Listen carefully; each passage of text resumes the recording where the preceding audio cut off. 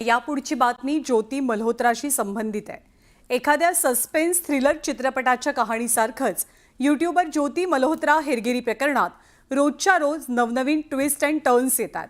ज्योतीचा पाकिस्तानचा एजंट अली हसन सोबतचं एक चॅट पुढे आलंय।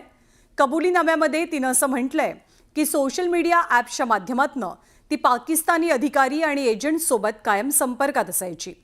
तिच्या सोशल मीडिया अकाउंटच्या चाचणी दरम्यान तपास यंत्रणांना ज्योती आणि पाकिस्तानी एजंट अली हसनचं संभाषण सापडलंय। पाक दूतावासातील दानिशच्या सांगण्यावरनं पाकिस्तानात ज्योती याच अली हसनला भेटलेली। पाकिस्तानात त्यानं ज्योतीची चांगलीच बडदास्त ठेवली। तिथून परतल्यानंतर ती सातत्यानं अली हसनसोबत चॅट करायची आणि समोर आलेल्या चॅटमध्ये नेमकं काय म्हटलेलं आहे ते आता आपण टीव्ही स्क्रीनवरती पाहतोय। ज्योतीचा या ISI एजंट सोबतचा संवाद कसा असायचा?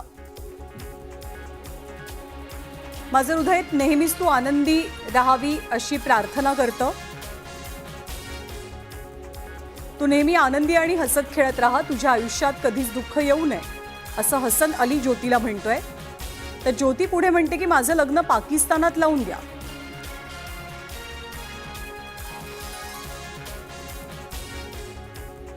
तर हेरगिरी प्रकरणामध्ये अटकेत असलेल्या ज्योतीची सध्या NIA कडनं कसून चौकशी होतीये। तपास अधिकाऱ्यांच्या प्रश्नांच्या सरबत्तीनंतर ज्योती पोपटासारखी घडाघडा बोलू लागली आहे।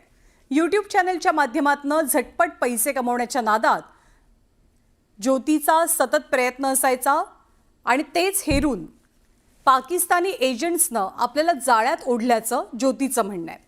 पाकिस्तानी दूतावासातील दानिशनंच आपल्या फॉरेन टूर स्पॉन्सर्स केलेल्या होत्या आणि त्याला आपण माहिती पुरवली असंही ज्योतीनं सांगितलंय। तर ज्योतीने तपास यंत्रणांसमोर नेमकं काय काय कबूल केलंय, काय सांगितलंय ते आपण पाहतोय। यूट्यूबच्या लाईक्स आणि सबस्क्रिप्शनच्या नादामध्ये जास्तीत जास्त सबस्क्रायबर्स वाढावेत या नादात आपण पाकिस्तानच्या जाळ्यामध्ये ओढलो गेलो। देश विदेशातल्या दौऱ्यासाठी पाकिस्तानकडनंच आपल्याला फंडिंग केलं गेलं याची कबुली ज्योतीनं दिली आहे। आपण पैसे कमवण्याचा सोपा मार्ग स्वीकारल्याचं ज्योतीनं सांगितलं। पाकिस्तानचा अधिकारी दानिशच्या संपर्कात ज्योती होती याची कबुली तिनं स्वतःही दिली आहे।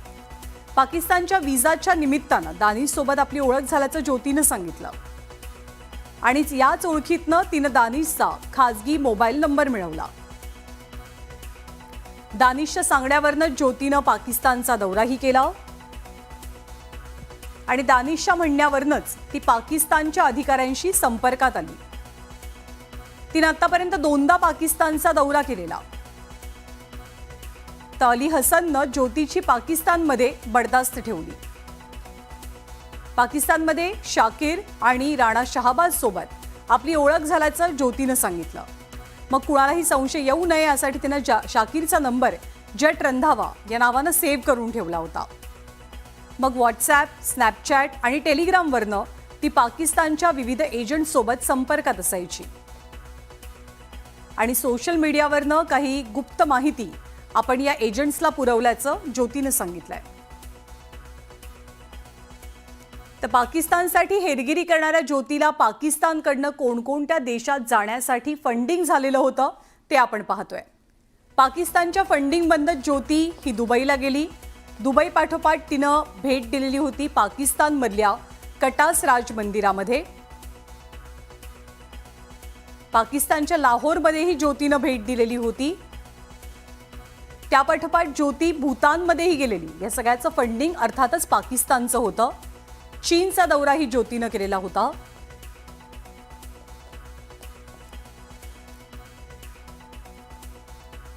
तर अशा विविध देशांमध्ये ज्योती फिरलेली। देशांतर्गत काही ठिकाणांना सुद्धा ज्योतीनं भेटी दिलेल्या होत्या।